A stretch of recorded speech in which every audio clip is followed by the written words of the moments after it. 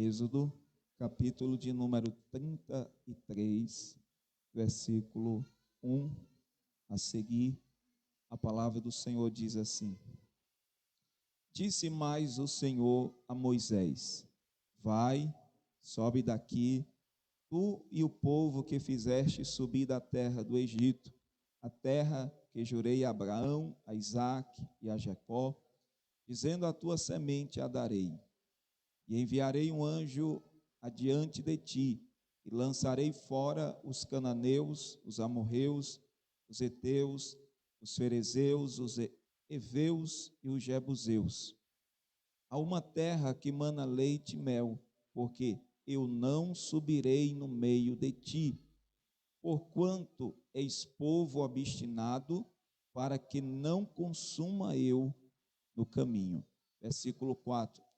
E ouvindo o povo esta má notícia, entristeceu-se, e nenhum deles pôs sobre si os seus atavios. Meus amados irmãos, nessa noite eu quero estar trazendo a palavra do Senhor sobre o perigo de nós perdermos a presença de Deus. Eu convido os irmãos a se imaginar ou a imaginar você no meio de um deserto. Você está em uma jornada, você está caminhando, e a única coisa que você tem nesse deserto é uma bússola, a qual ela é a presença de Deus, guiando os seus passos, guiando as suas decisões, guiando cada respiração. Você no meio de um deserto, em uma jornada escaldante, e você tem apenas uma bússola que é Deus. Agora imagine você perdendo essa bússola. Imagine agora você sem ela. Como você está? Como você estaria no meio de um deserto, onde você não sabe qual direção ir? O sol é escaldante, você não sabe aonde encontra água.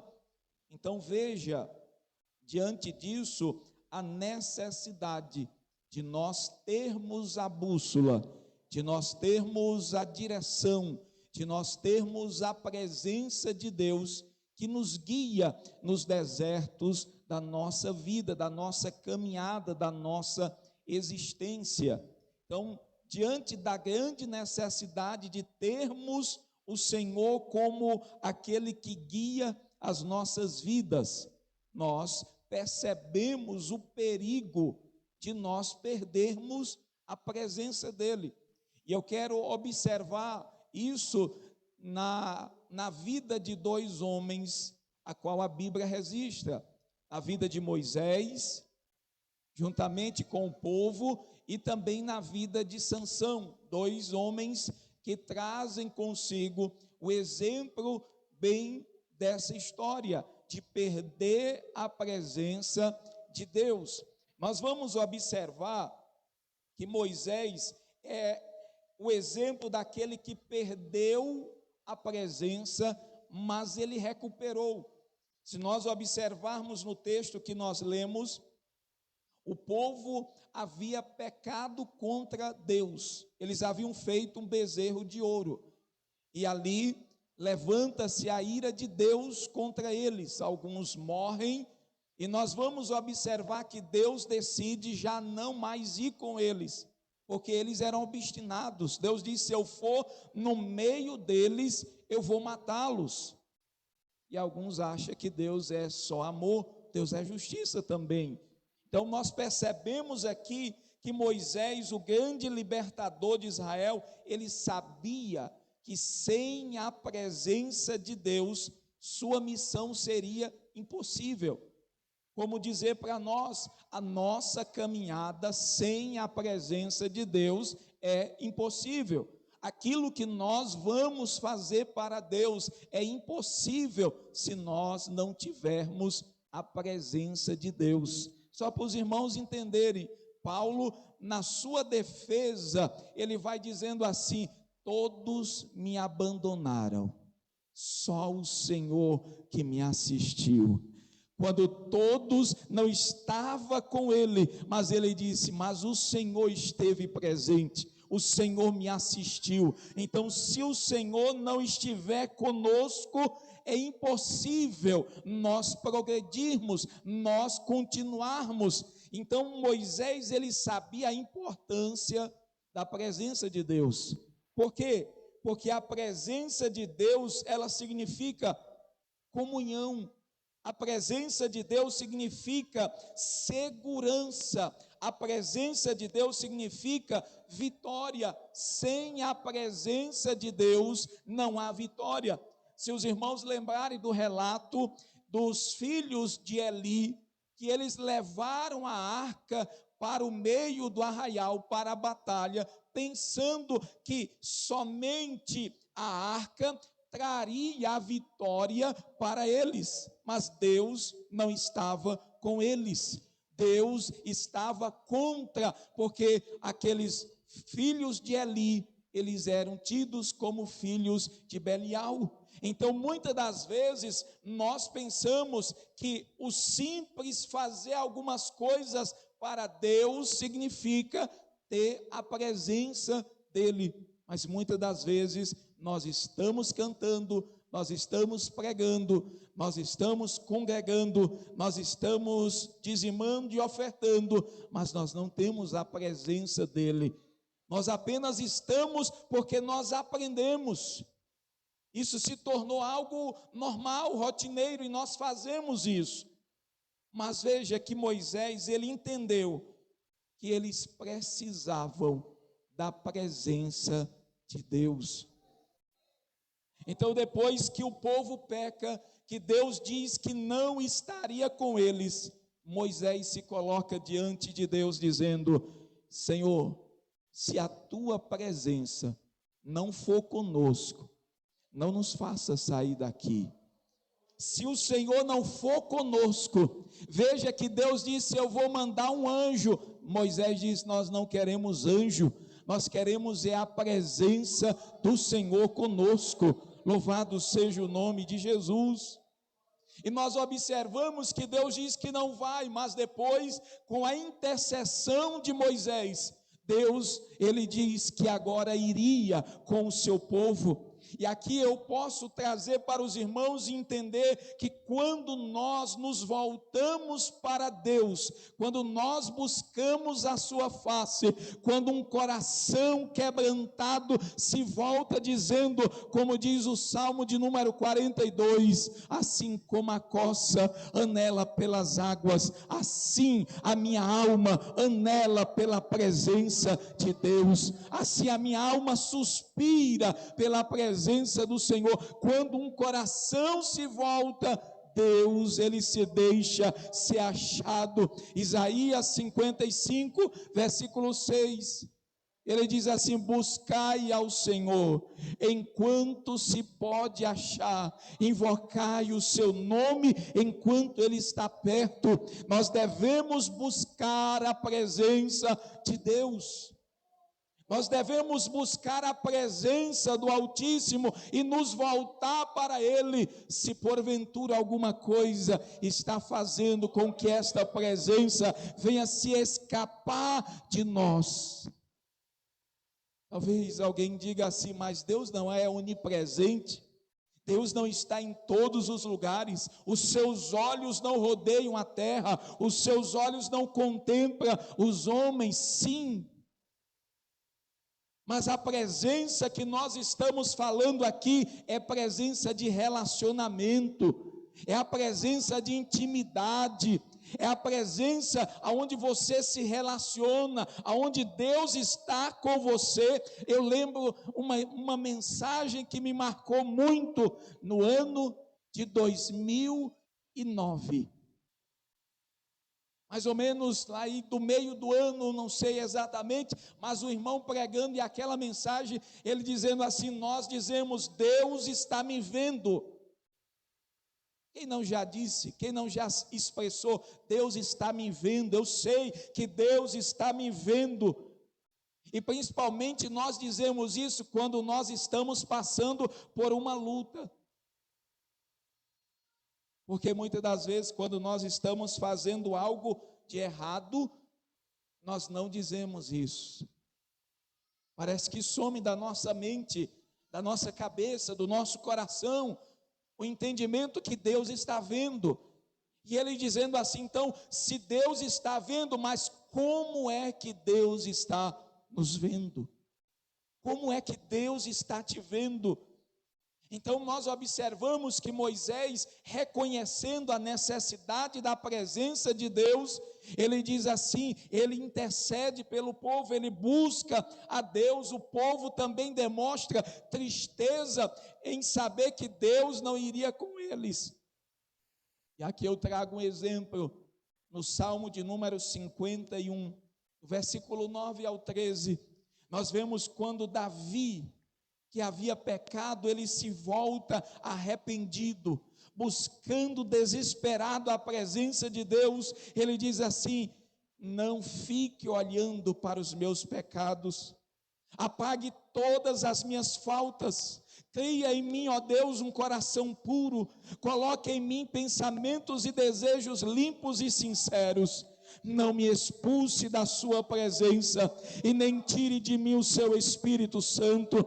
Dê-me de novo a alegria da sua salvação e conserve em mim um espírito desejoso de obedecer. Então poderei ensinar seus caminhos a outros pecadores, para que eles se voltem para o Senhor. Veja, Davi havia perdido, Davi estava em um conflito, havia pecado, e ele agora dizia, Deus, não retire de mim a tua presença, não afaste de mim o teu Espírito, torna a dar-me a alegria da salvação. Meus irmãos, aqui eu observo uma coisa, que quando a presença de Deus, ela está na nossa vida, ela traz consigo um coração puro. Veja que ele diz assim, cria, ó Deus, em mim um coração puro. Quando Deus está na nossa vida, a presença dele, ele traz consigo pureza. Não tem como Deus andar aonde há impureza. A presença de Deus, ela traz conosco alegria. Ele diz, o versículo 12, dê-me de novo a alegria da sua salvação. Quando o Senhor está na nossa vida, a presença dele, há alegria. Não quer dizer que você não passe momentos de tristeza, mas você tem um gozo na alma. Você tem a alegria de saber que teu nome está no livro da vida. Você tem a alegria de saber que os teus pecados foram perdoados. Você tem a alegria de saber que você está no caminho trilhando para o céu de glória. Louvado seja o nome de Jesus. Quando a presença de Deus está em nós, nós temos a disposição para servir. Na parte B do verso 12, ele diz assim, conserva em mim um espírito desejoso de obedecer. Quando falta a presença de Deus, você é empurrado, você faz quando é empurrado, mas quando tem presença de Deus, irmãos, a gente faz com alegria, a gente faz com disposição, a gente tem a liberalidade de dizer, Deus, conta comigo. Às vezes a gente diz, eu só vou se me chamarem, eu só vou fazer se alguém falar meu nome, mas quando tem presença de Deus, chamando meu nome ou não, dizendo meu nome ou não, eu digo, pastor, irmã, irmãos, eu estou aqui pronto, pode contar comigo. Porque a presença de Deus impulsiona a obedecer ao Senhor. Nós observamos também que a presença de Deus, ela nos leva a compartilhar a palavra. Veja o versículo de número 13, então poderei ensinar seus caminhos a outros pecadores, para que eles se voltem para o Senhor. Irmãos, se tem presença de Deus, o coração anela em falar para outros. Se tem a presença de Deus, a gente diz: olha, eu preciso dizer para alguém que Jesus morreu na cruz para salvá-lo, que Jesus morreu em seu lugar. Quando há essa presença gloriosa, veja que quando aquele homem que era endemoniado de Gadara, quando Jesus o libertou, tirou os demônios que estavam nele, ele queria seguir Jesus, ele queria ir com Jesus, mas Jesus diz: vai para os teus e anuncia quão grandes coisas o Senhor fez por você. Você foi liberto, você foi transformado, você tem a presença, então anuncie para os outros quão grandes coisas o Senhor fez por você. Então veja, irmãos, que a presença de Deus, depois que Moisés reconheceu a importância, que ele roga a Deus, que ele ora a Deus, que ele pede a Deus, olha o que Deus diz para Moisés, Êxodo 33, versículo 14, disse, pois, irá a minha presença contigo. Aí ele diz assim, para te fazer descansar. Irmãos, quando a presença de Deus está, nós descansamos. Sabe quando o filho está perto do pai e vem o perigo, ele fica tranquilo, porque ele sabe que o pai vai protegê-lo.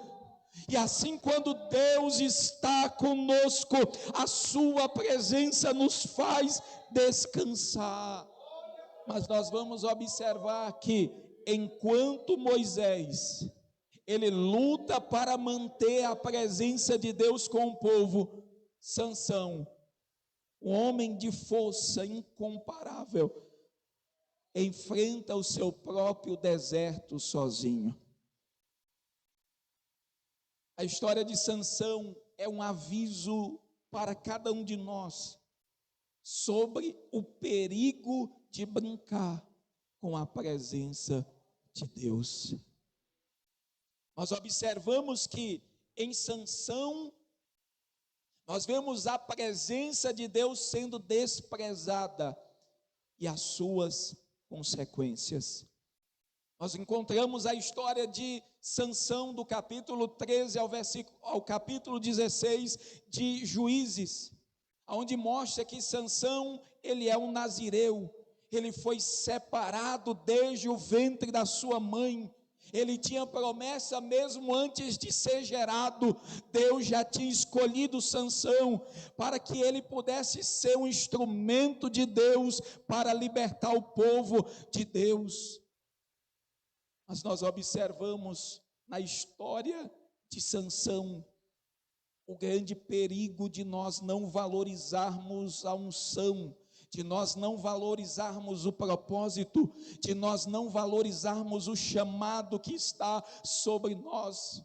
Aí eu também chamo a sua atenção para o exemplo de Esaú, que Esaú, ele desprezou o direito de primogenitura. Ele desprezou aquilo que lhe era de direito por um prato de lentilha. Nós observamos também o exemplo de Judas Iscariotes, que ele desprezou a presença de Jesus, ele desprezou o apostolado, ele desprezou ser como os demais apóstolos, sofrer por causa de Cristo. Ele preferiu vender Jesus por algumas moedas de prata. Nós observamos também outro exemplo de Demas, que desprezou o mundo vindouro, o mundo com Deus, de estar com Deus, de estar ao lado do apóstolo Paulo, para amar o presente século, como está em 2 Timóteo capítulo 4, versículo 10. Irmãos, há um perigo de nós desprezarmos aquilo que o Senhor tem dado a nós. No entanto, veja que Sansão, ele escolheu ignorar todos os mandamentos do nazireu, todos os mandamentos de Deus, e ele se entregou às paixões que o afastaram da sua missão. Sansão, ele desprezou as ordens de Deus, ele desprezou o mandamento do Nazireu, e ele se deixou levar pelas suas paixões, pelos seus desejos. Eis aí um grande perigo de nós abandonar a presença de Deus para suprir os nossos desejos carnais e pessoais. Então, queridos, cuidado com as suas escolhas, porque elas trarão consequências irremediáveis. Cuidado com as suas escolhas, elas poderão ser trágicas na sua vida. Sansão tomou escolhas que foram trágicas, que destruíram a sua vida. Ele poderia ter outra vida, ou vamos dizer assim, outra história. Mas Sansão traz para nós um exemplo de alguém que despreza, que busca a Deus somente na hora da necessidade. Em um momento em que ele mata alguns e ele estava com sede, e ele clama a Deus, Deus dá água para Sansão. E lá, quando ele está no tempo de Dagon, ele diz: Senhor, me dá mais uma vez força. E ali ele ora e morre. Mata alguns e morre. Ele ora somente nas ocasiões que ele precisava. E eu quero dizer nessa noite que a presença de Deus não é somente para as horas que nós precisamos. A presença de Deus não é somente quando você está precisando. Ele não é apenas um médico que você vai no dia que você está doente. Não, Ele é o teu Pai, Ele é o teu Senhor, e Ele quer ser o teu amigo também. Ele quer estar junto, Ele quer estar pertinho de você. Então, nessa noite, pense no que as tuas escolhas estão te tornando. Pense aonde as tuas escolhas estão te levando. Aonde as nossas escolhas estão nos levando. Aonde as nossas decisões estão nos levando. Quando Dalila, ela cortou as tranças, não foi somente a presença ou as forças que saiu de Sansão. Quando ela corta as tranças do cabelo de Sansão, o que sai dele, o que ele perde, é a presença de Deus.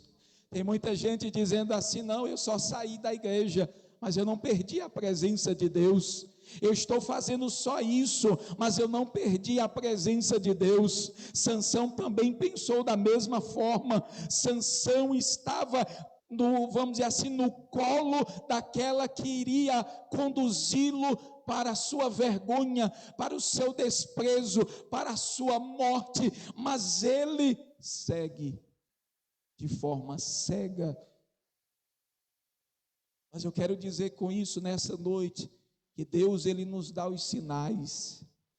Deus, Ele nos mostra quando a sua presença está se indo de nós. Deus, Ele nos mostra quando a sua presença está se afastando de nós.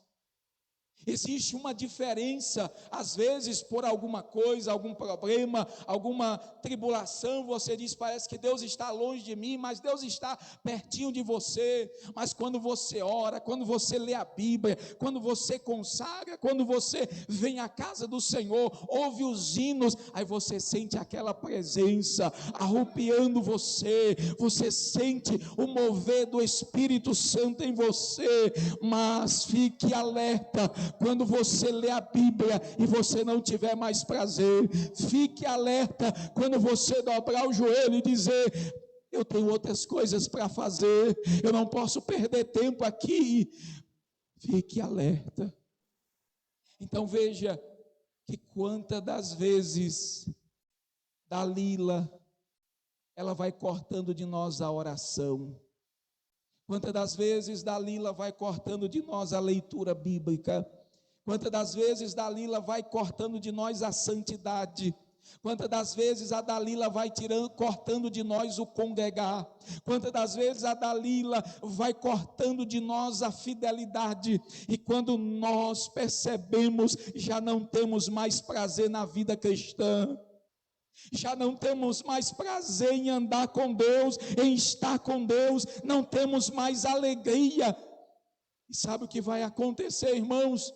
Vai ser conduzido para ser humilhado. Porque Sansão, quando ele perde a presença de Deus, ele está sem força, ele não tem mais força. Ele agora facilmente, ele é levado pelos filisteus, pelos soldados, ele não tem mais resistência. Quando cortar de você a oração, quando cortar de nós a leitura bíblica, quando cortar de nós o congregar, essa vida de santidade, de intimidade, e eu vim observando hoje dizendo, Deus ele não ama um mais do que o outro, não, Deus não ama um mais do que o outro, Deus não faz acepção de pessoa. Da mesma forma, às vezes nós pensamos, meu pai ama mais meu irmão do que a mim, mas às vezes não é. Às vezes o que acontece é que um tem mais proximidade, um tem mais intimidade, um conversa mais, um é mais aberto, e ele então se torna mais próximo, mais íntimo do Pai, e é isso que o Senhor nos revela. Não é que Deus ama um mais do que os outros, mas há uns que são mais íntimos do que outros.